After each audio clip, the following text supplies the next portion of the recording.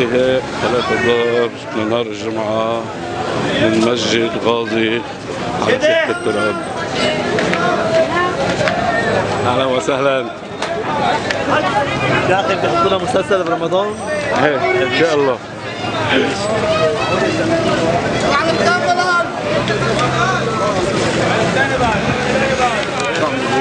اهلا اهلا كيفك؟ على التمرر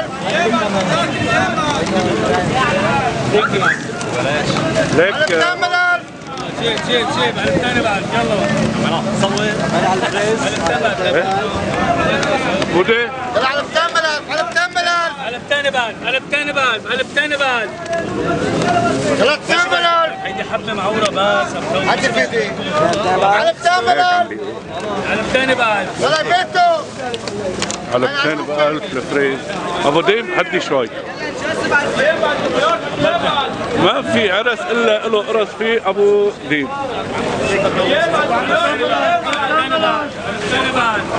على التمرر لحظة بدي اعطيه حق الفريزات. نصور فيديو. ربيع حق العلبتين. على الثاني بعد على التمرر شايفون في شهود المنطقة اعطيته حقهم في شهود اني ليش في بالعودة اخذ بلا حقهم الله يسامحك.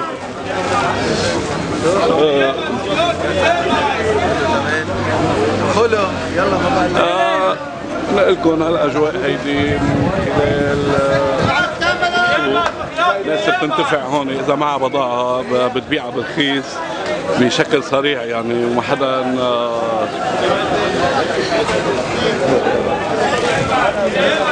بيجادل على السعر دغري بيشتروا لانه رخيص. علبتين ب1000 فريز شو ما كانوا يكونوا يعني انا اخذت علبتين هيك. اهلا وعليكم السلام الله يتقبل. اهلا بالشباب اهلا بالشباب الله يتقبل. كيفكم؟ مبارك ان شاء الله. الله يهنيكم الله معكم.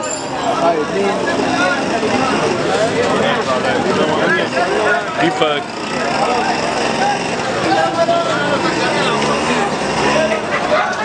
بدك تصور؟ لا تصور يا صورك فيديو هلا انا.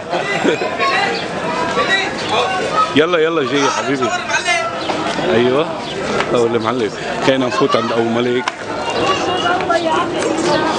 وندردش معه شويه بخصوص الخطبه اللي قالها كانت مهمه كثير مشان الفيسبوك.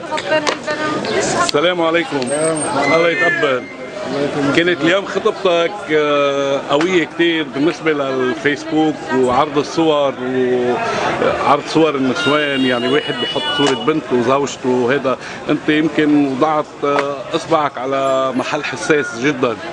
شو بتحب توجه للعالم كلمة هيك من خلال الموقع؟ بتمنى انه هالنصيحة هيدي نصيحة لله عز وجل وهدول الشباب قلبهم طيب بس في ناس والعياذ بالله كما قال الله تعالى يعني في قلوبهم مرض. فاحفظ انت احفظ حالك واحفظ اهلك واحفظ نفسك واحفظ دينك يعني لان الله عز وجل يعني يحب الانسان يكون عفيف يكون طاهر يكون عنده غيره عالدين. عندك مسكر جيبوا لي واحد. النبي صلى الله عليه وسلم يقول إن الله تعالى يغار. الله تعالى يغار. فقالوا كيف يغار يا رسول الله؟ قال غيرة الله تعالى أن يأتي المرء ما حرم الله عليه. فأنت كيف عم بتعمل هالأمر هذا؟ لازم يكون عندك غيرة لأهلك. عرفت كيف؟ فأنا بتمنى إنه يعني الله سبحانه وتعالى أمر النبي صلى الله عليه وسلم إنه هؤلاء النساء أزواج النبي صلى الله عليه وسلم لا فلا يطمعن في القول.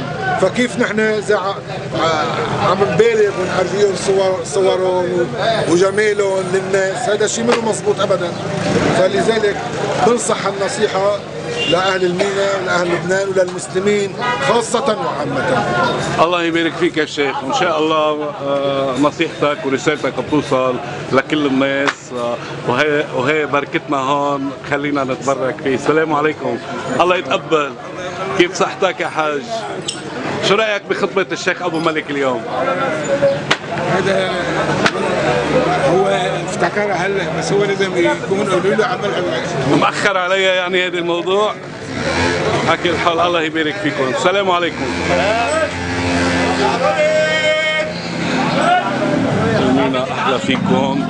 ان شاء الله يعجبكم الفيديو، وكل سنه وانتم بخير، وكل جمعه وانتم بخير. عفوا.